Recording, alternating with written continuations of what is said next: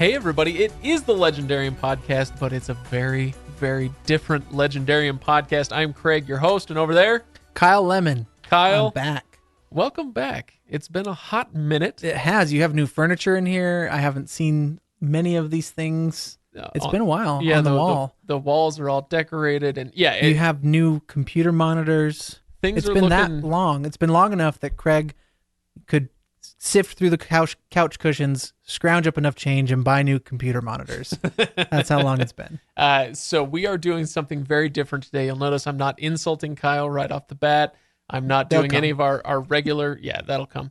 I'm not doing any of our regular opening stuff because this is kind of an odd little thing, a midweek special. Mm-hmm. This is something that we're trying out that will be different from our normal episodes. So if you've never listened to the show or if you're new to the show, generally the way it works is we read a book and we talk about the book, or we see a movie and we talk about the movie, right? Mm-hmm. But we try to kind of dive deep into those things.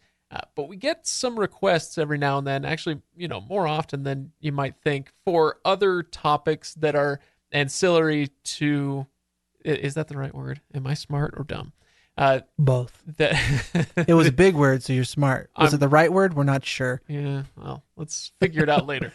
These topics that are adjacent to the stuff that we normally talk about. So instead of going after a specific book, we thought we'd address a couple of questions that we've had ourselves, one that we've had ourselves, and one that was submitted to us by a listener on Discord. So speaking of which, if you haven't yet, you can find us on Discord. If you need a link to that, let me know. That's where you can do some kind of live chatting with us from the podcast when we're on there, but also with other members of the Legendarium community. So you can go check that out. Also find us on Reddit. That's the other big one. We're also on Facebook, Twitter, and Instagram. Obviously, you can find us there. But let's get started with the topic today, which is burnout.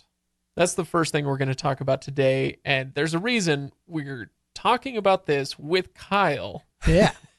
Kyle, why did you want to talk about burnout today? And set the stage for us. Burnout with what? What define burnout?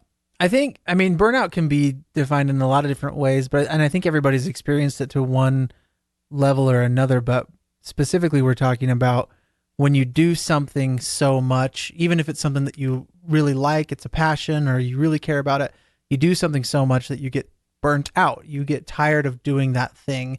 You don't want to put forth the energy, the mental effort, whatever that is, because the joy that you got before in doing that thing has gone away, right? At least temporarily, because of the amount of effort you've put towards that. Or the time, or even just the concerted effort. Like sometimes it can happen in a short amount of time, but it's just so heavy. So we're talking about it because I haven't been on our regular episodes for quite some time since we read Farseer. I think I popped in here or there, but halfway through through the second Farseer book, before you kind of threw it up in disgust and said, "I'm done with this." Yeah, I basically tossed it over my shoulder and said, "I'm not putting forth. I'm not done with this.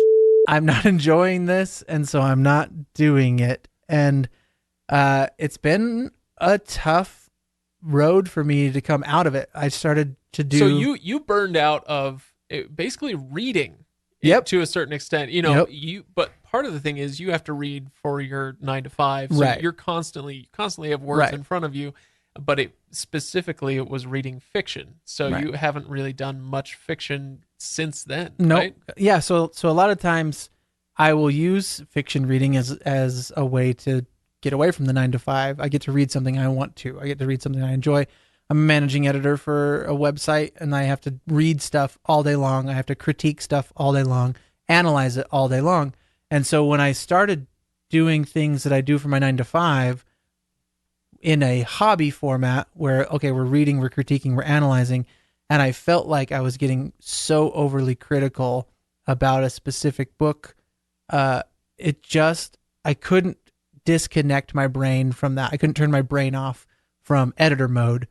And it took out any enjoyment that I could have gotten, I think, from the book. And let's just be honest, that book's not. I'm not the target audience for that book. Which one, Farseer? The Farseer trilogy. Wasn't quite your cup of tea. Wasn't quite my thing, but because of that, coupled with the fact that I'm analyzing, reading things all day long, that was the tipping point, and I just said, I need a break from this. I got to get out of here. I totally get it. When I built the studio that we're sitting in, we did this big pledge drive with Legendarium listeners, and the idea was, we want a place to record our episodes that's going to be comfortable and also quiet and away from any distractions and noises and whatnot. And it's been awesome for that. We've been using it now for a year and a half, something like that. But originally in my head, and I'm sure that I've said this on episodes, back at that time, the idea was I wanted a place to make videos. I wanted to expand the Legendarium into video and get our YouTube channel going. Well, I have made some videos here and there, but you'll notice that I haven't been as diligent as I had originally pictured. And that's because at the exact same time, I was asked at work to start doing video. And suddenly I'm working on YouTube all day, every day, which is great. Don't get me wrong. I'm not complaining about that. As far as 9-to-5s go, that's great. But the last thing I want to do is go home and do another video, make more videos. Yep. And so I have this fear that if I push too hard, then it's going to ruin my appetite for making Legendarium stuff at all. Right. And it's also going to be a detriment to my actual livelihood because I would burn out on what I'm supposed to be doing at work. Right. Right. So yeah, no, I feel that exactly. I mean, we started doing the Cosmere quest. I was going to actually read through Brandon Sanderson's work, I am going to. But the plan was, okay, I'm burnt out with doing some of the, for lack of a better term, assigned work for the podcast. We're going to read this, but there's been this giant heap of a story in front of me that I've wanted to tackle for a long time, which is the Cosmere, Brandon Sanderson's work. And so I thought, okay, let me tackle something that I've genuinely wanted to do for a long time. Hopefully that'll help me get out of it. And that you feel like there's a really good chance I'm going to enjoy this. Exactly. And started it. I enjoyed it, but I quickly ran into a couple things. One, I was immediately trying to take copious amount of notes to be able to spin up a video and talk about it and analyze it. And I realized, okay, I'm not allowing myself to just sink into the story and just enjoy it. And on top of that, summertime, things are happening, kids and distractions and stuff like that. And so fizzled out. And I think it was I just hadn't quite come out of that burnout stage yet. Tried to kickstart it a little too soon. And, it's something that I care about enough that I want to give it a genuine go instead of I'm just going to do this to produce content because I said I would. And so, I'll probably take another stab at it and do a little bit less of a deep dive for my first read and just be a little bit more reactionary, maybe cover larger sections so that I don't feel like I have to be as granular. And I think that's going to allow me to be, to enjoy the story more and experience it as those who have read it before and have recommended it to me did. Right. Because they weren't reading it for any objective other than I want to be told a good story. So that's your experience with that very specific instance of Kyle's Cosmere quest. Yep. And this is how you're going to kind of try to combat the what's the word we've actually been using? The burnout that you've been feeling. But let's pull it out a little bit and say, okay, so it doesn't take doing what we do to get burnt out on what we read. Fantasy literature is different than other types of media consumption. Every type of media consumption has its quirks and its joys and difficulties and all that stuff. But fantasy literature is, like all of those, it is different and unique in its way. One of the things that it requires is a lot of investment up front. Right. And so it is easy for even a casual reader to get burnt out and say like, oh gosh, I can't pick up another series like that and get invested. So the question I want to pose is, how does somebody in that boat combat that burnout in themselves, right? And so you've just finished The Wheel of Time. You Mhm. previously you've read A Song of Ice and Fire. You're a big fan of Patrick Rothfuss or something, and then somebody says, "Okay, here's the Lightbringer series." That's the one we're doing on the Right. red team right now, right? Mhm. So somebody hands you the Lightbringer series, and you're like, 5 giant books. Oh gosh, I don't know if I can. Right. I don't want to do this. Right. Yeah, I mean, I think Even if you're like, I'm sure I would like it, I'm sure it's good, but Mhm. that just doesn't sound appealing right now. I mean, that's what I did with the Cosmere for a long time. Yeah. Where it's like, yeah, I'm sure I would. I'd love to read Stormlight. Everybody keeps telling me, read this. But that's an investment. And it's like, and the longer he goes on and the more excited the fan base gets about it, the harder it is for somebody to get in, right. knowing that, I have 15 books already, Right. and there's 30 more Right. planned. Yeah, and I think as far as tackling it, I mean, everybody would has their different ways of doing it. I think just recognizing, I mean, that's the gift and curse of epic fantasy or just fantasy in general. Like you said, it requires more from the reader than maybe other genres do. You have to be able to be patient and willing to sift through, dozens, if not hundreds of pages of world building, of characterization, character setup, magic system, being able to understand things like that. And you have to be willing to do that, and you have to be trusting of the author that all this work is going to pay off in the end. And that doesn't always happen. A lot of the times it does, but also when you're, like you said, if you're stacking it back to back to back and you're doing these giant series, it's kind of like just taking one punch after another. And at a certain point you're going to wear out. Right. And this is why, we have a lot of listeners. I get emails literally every day. I get emails, I get Facebook messages, I get Twitter DMs every day with people sending in recommendations. And I love it. I love getting these messages and hearing what it is that people are excited about. It gives me an idea of, what should we tackle next? What are people really talking about? So don't misunderstand this as a complaint. Please keep the emails coming. I love them. But I just wanted to mention the one that we get the very most right now. Can you guess? Is it Malazan? Malazan. Book of the You gotta Fall. do Malazan. Gotta it's do the Malazan. hugest series out there that you haven't done It's yet. the most amazing thing, and and so people are constantly trying to convince us to do it, and I'm like, look, we just finished. Well, no, we didn't. Nowadays, it's no longer we just finished, but we did the Wheel of Time. We did Night Angel. Now we're going into Lightbringer, this 5-book series where King Killer in between there. Yeah, it's like these are some big, heavy investment series, and so the idea of picking up a 10-book series, I don't want to burn us out, Right. Anyway, so let me pose the question to you again. How can someone combat it?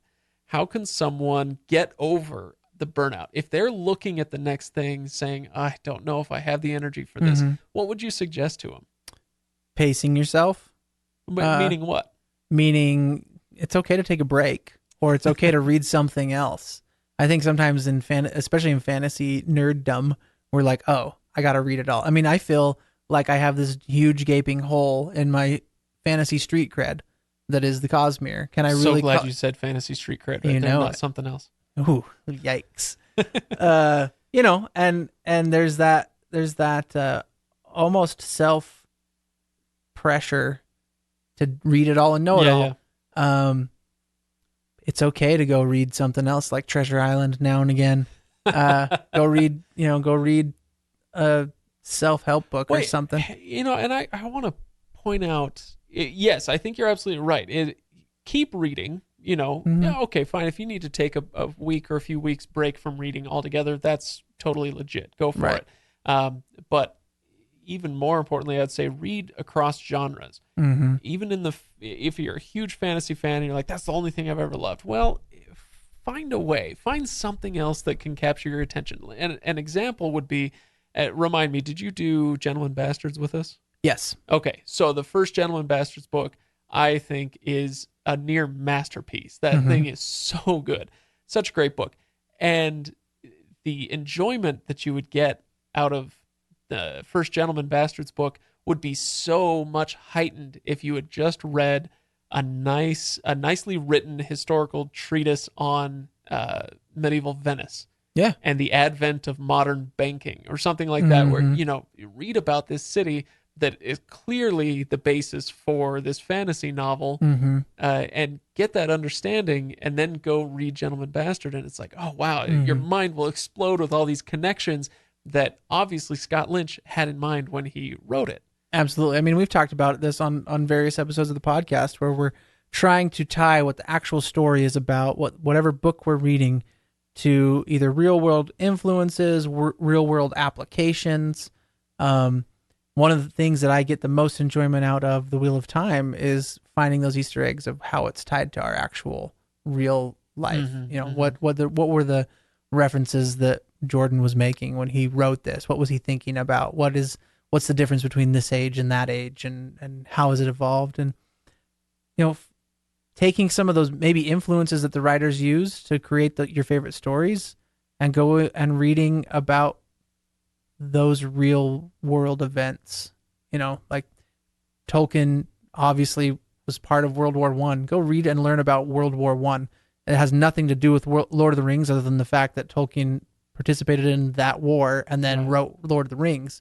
Obviously, he based a lot of things off of that.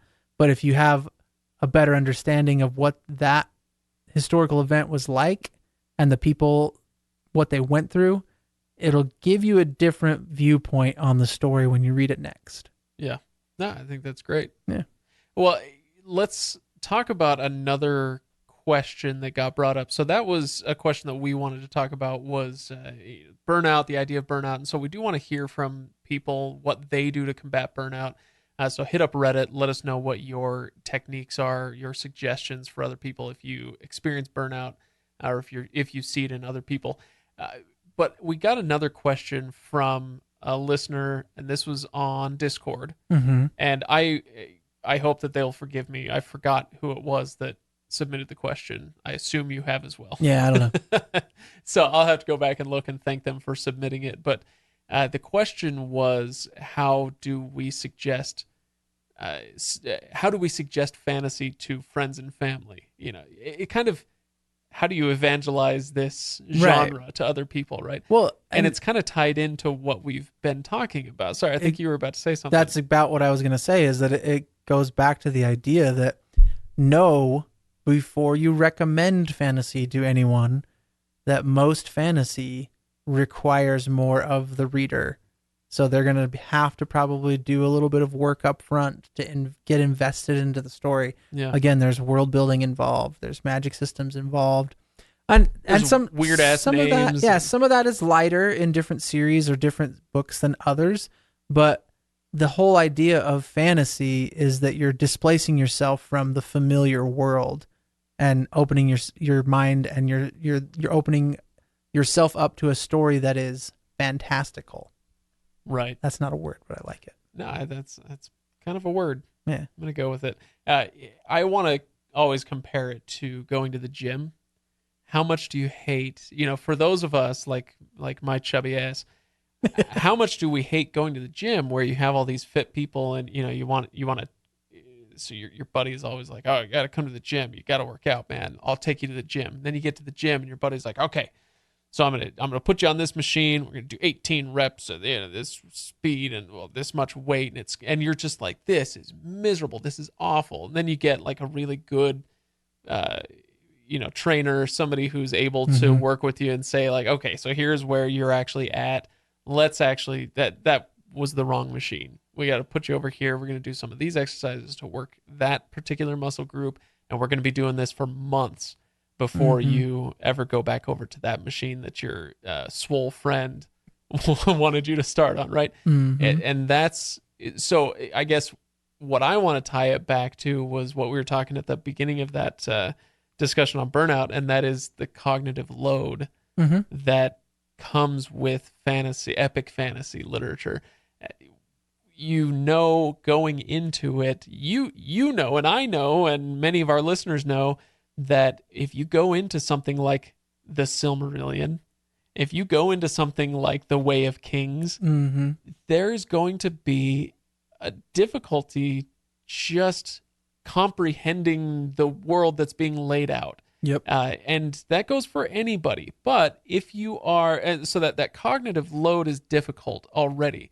And then you have to juggle that with the real world and, understanding that and whatever else you might be reading or watching at the time and splitting your attention and all that. What was I going to say? You and I understand that going into a series. Mm-hmm. We are practiced at it. We know what's in front of us. And it's still really hard sometimes. I was actually going to compare it. Speaking of working out, I was going to compare it to marathon runners. Mm-hmm. So Jack Butler, who's been on the show a few times, could tell you that running a marathon, no matter how much you run, in your daily life, running a marathon is always going to be intimidating. Mm-hmm. It's never going to be like, oh, sure, yeah, 26.2 miles, I'll just knock that out. Like that is a difficult thing for the human body to put itself through. And something like diving into the Wheel of Time, that is a difficult thing to put your brain through. Right. And that going into it. But if you have somebody come to you, a family member or friend, and they say, what is it with all these people talking about fantasy? I hear some of my friends, you are always talking, you're going on about Brandon Sanderson or whoever it is that you really like. You wear those shirts with the tree on them, and I know you talk about all that stuff all the time. What are you talking about? Is that something I should be doing? Mm-hmm. And your immediate reaction for a lot of us, I think, is to be the swole friend who's like, oh man, we're going to have so much fun. This is the machine that I'm always using, and look at the size of my giant pecs. You're going to love it. I'm glad you said pecs. So that's kind of the reaction that is immediate and natural, is to want to go after that. And it's because we're invested, right? It's because we like it. It's because it's the same thing that happened with all of the Farseer fans. They want you to like it just as much as they did. Right. And when you don't, or when somebody doesn't, it's really a huge letdown.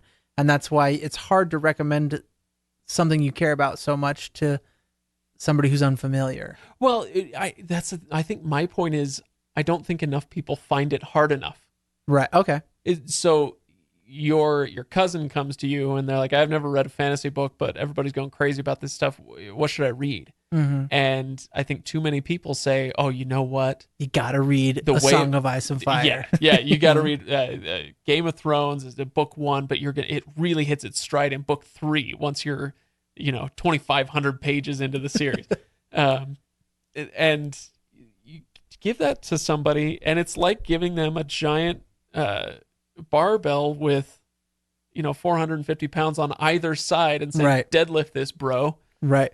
Well, I mean, and to your point, especially people who are unfamiliar with fantasy, but we work with a lot of people who were English literature majors. Oh, sure. Reading is their thing.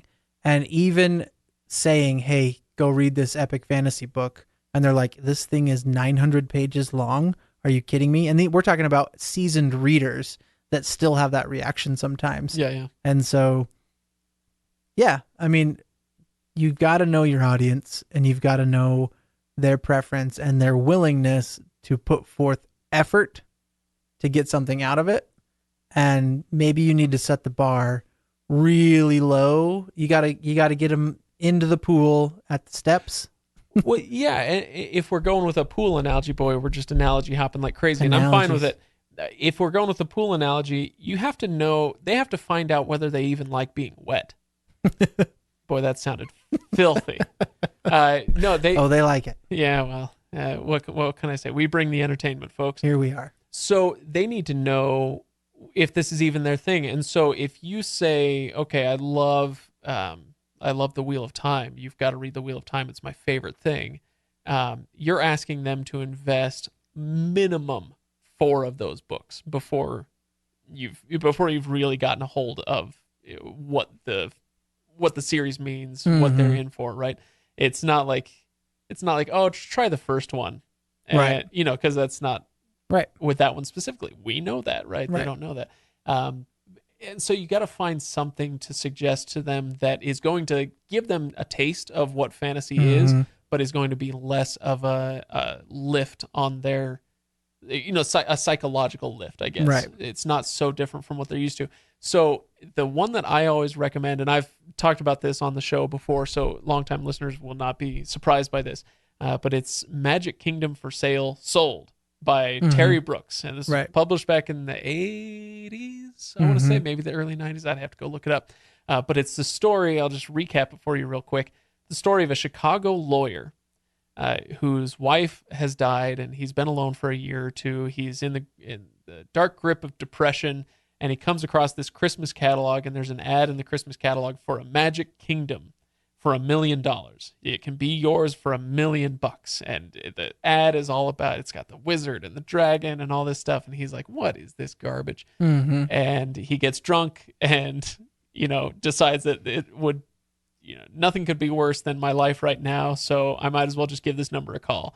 And so he makes the purchase, not knowing what to expect.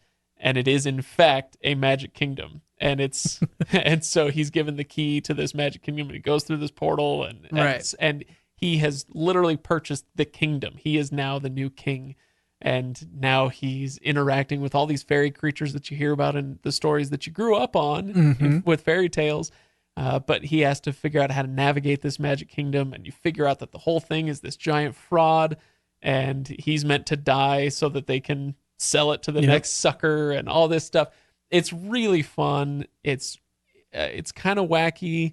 It's a little bit emotional. It's but what it does, I think, really brilliantly. And there are lots of books like this. And what I'm saying is, you find a book that is similar in this way. You're given a Chicago lawyer. Look, you may not be a lawyer. You may not be from Chicago, but you get what those words are. Yep. The guy's name is Ben. Yep. You get what that is. You're given this really believable, understandable character and scenario, and then things get progressively weirder and more magical and, more fantastical. There, I used it too. There you go. And so that is going to give somebody an idea of what a fantasy series or, even just a book would look like. And then that series goes on for 5 books after the first one. It gets wrapped up nice and tidily in the first one, but it does go on if they find that is their flavor. Yep. Or they can go on to other things.